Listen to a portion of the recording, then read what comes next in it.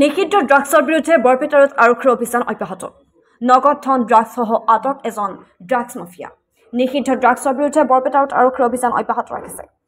আজি বৰপেটাৰত আৰক্ষী থানাৰ ভাৰপ্ৰাপ্ত আৰক্ষীৰ বিষয়া শ্যামলজ্যোতি শইকীয়াৰ নেতৃত্বত এটি আৰক্ষীৰ দলে এক গোপন সূত্ৰৰ ভিত্তিতে অভিযান চলাই বৰপেটাৰৰ ৯ নং ৱাৰ্ডৰ শক্তিনগৰৰ পৰা নিষিদ্ধ হেৰইনসহ ড্ৰাগছ সৰবৰাহকাৰী যুৱক এজনক আটক কৰিবলৈ সক্ষম হৈছে। ধৃত ড্ৰাগছ সৰবৰাহকাৰীগৰাকী বৰপেটাৰৰ নুৰ হুছেইন বুলি জানিব পৰা গৈছে। ধৃত যুৱকজনে দীৰ্ঘদিন ধৰি বৰপেটাৰৰ ৯ নং ৱাৰ্ডৰ শক্তিনগৰত ভাড়াতীয়া হিচাপে থাকি নিষিদ্ধ হেৰইনৰ ব্যৱসায়ী চলাই আহিছিল। আৰক্ষীয়ে সৰবৰাহকাৰীজনৰ পৰা বুজন পৰিমাণে হেৰইন সৈতে ২১টা খালী কণ্টেইনাৰ জব্দ কৰাৰ লগতে নগদ প্ৰায় ৪০,০০০ টকা জব্দ কৰিবলৈ সক্ষম হয়। সম্প্ৰতি আৰু অধিক তথ্যৰ বাবে গ্ৰেপ্তাৰ কৰা সৰবৰাহকাৰীগৰাকীক মাৰাথান জেৰা অব্যাহত ৰাখিছে বৰপেটাৰত আৰক্ষীয়ে। News desk report, Assam Kranti সংবাদ।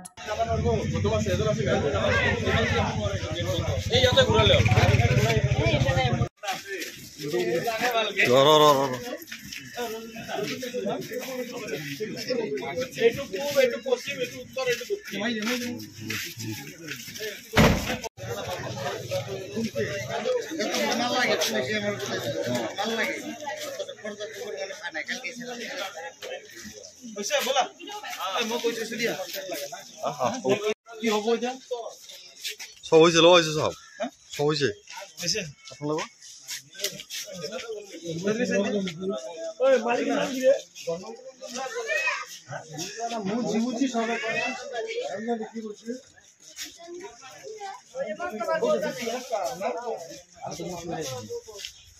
ঘর মালিকের নাম কি জানি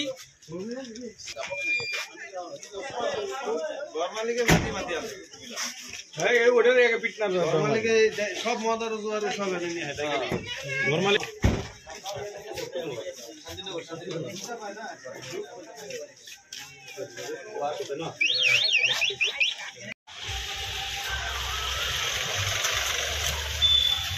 হেলা ভিতরে ভিতরে